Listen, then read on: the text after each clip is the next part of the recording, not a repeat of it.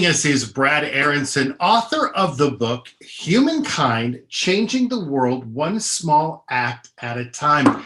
Brad, thank you. I am so thrilled that you're able to take time out to talk to me today. Thanks for having me. I appreciate being here. Brad, tell us about how you decided to write this book. So there were a couple inspirations for the book. The first was I was attending the high school graduation of a mentee of mine. And at this school, every single senior who was graduating had been accepted to college. And they're from areas of Philadelphia where most of them were not expected to graduate high school, let alone get accepted to college. And the commencement speaker, he said, "This is an amazing day. But unfortunately, we live in a world with a lot of negativity. So when you look at the news tomorrow, you won't see anything about Gerard's graduation." So of course, the next day, the first thing I do is I get online, I look at all the online news sources, then I get the newspaper, nothing about Gerard. And it was such a disappointment because people should know about these amazing stories that are going on. So I decided that if I wanted to see more good in the world, I should start writing about it. So I started blogging about good deeds and things that I saw that inspired me. So fast forward 6 months from that date, and my wife was diagnosed with leukemia. She is totally healthy and fine and done with treatment. At the time, obviously, like very disruptive, incredibly scary. You're going through life. You're planning your future. You're thinking about things. My wife had a swollen lymph node. Went to the doctor, heard you have leukemia, you need to go to the hospital.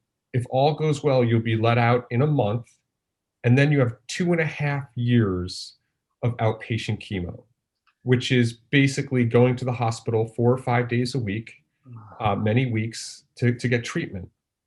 And it's a tough process. And during this time, a few months in, the nurses suggested that we go to a conference for young cancer patients and their caregivers. Now, we're in the hospital almost every day. The last thing we wanted to do in our free time was go to a conference about cancer. Right. So we were like, we don't really want to go, but the nurses were amazing. Anyone who's been through treatment knows that the nurses, it's why you get through it. They're incredible human beings. And we thought if they suggested we go, we should go. So we went. And there was a speaker there. And she said, if you have 2.5 years of treatment ahead of you, you need a project. A project gives you a purpose, a focus, and a distraction for all the time you're in the hospital. So we had decided, okay, we should come up with a project. We were at home over dinner, and our son was 5 at the time. And he didn't know, we didn't fill him in on exactly what was going on, but he knew we were talking about projects. So everyone in the family came up with a project. And my project was to write this book. And I started off by writing about the small acts of kindness that transformed our lives during that period. So I had been a volunteer my whole life and had never been on the receiving end. And it's incredibly humbling. It's hard to ask for help. It's hard to accept help. And people just came out of the woodwork. People we knew well, people we barely knew, and saved us and got us through those 2.5 years. And I started writing about it.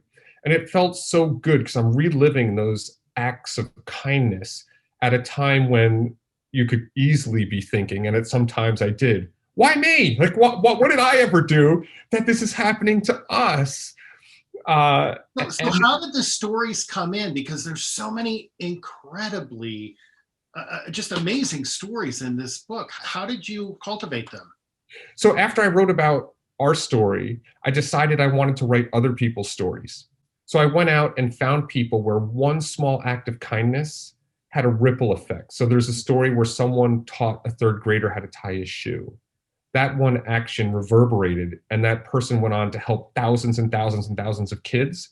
And it was because of that one lesson in shoe tying. And what's interesting is the people who did these small acts often had no idea of the ripple effect. Right. Like, I just taught someone to tie their shoe. Oh my goodness, it turned into this? Not only do you tell great stories in here, But you also give advice to people on, some people are caught. Some people don't know what to do. They want to give, but they don't know how to or where to go. But you give advice, you give resources that are out there for people. Yeah, I mean, I think most people want to be helpful, want to make a difference, but it seems overwhelming. You look in the news and you see what's happening in our country with COVID, with divisiveness, the amount of people facing homelessness, and you think, what can I do? And I tried to boil it down into easy ways we could have impact. All of us know someone who's going through a rough time. In interviewing people for this book, and I talked to hundreds of people, most of whom had been through very difficult times, they said what made the biggest difference was knowing that someone saw them, someone was thinking about them. And we could provide that just by writing a note. Hey, I was thinking of you. How has your life been changed, Brad, from this book? So, the goal was to share the power of small deeds and then to encourage other people to see this is so easy. And I get tons of emails from readers, which I really appreciate. And a bunch of the emails are people saying, I'm going through such a rough time. This book lifted me up and made me feel better. Thank you. Where can people purchase the book? Where can they learn more about the book and you? So you can purchase the book at your local bookstores. If you call them, they'll be able to order it. If it's not in stock, you can buy it at Amazon. You could buy it online at Target and Barnes & Noble, other stores. You can come to my website if you'd like to learn about me. It's Brad Aronson, ARONSON.com. And feel free to drop me a line. And I always end every interview asking the same question, and that is, Brad Aronson, tell me something good. Here's something good. I teach a class of young people through a nonprofit, and these young people have been through a lot of trauma. And at our last class, they were talking about their plans to give back to the community and how they wanted to help others. And I just love that energy. It made me feel great.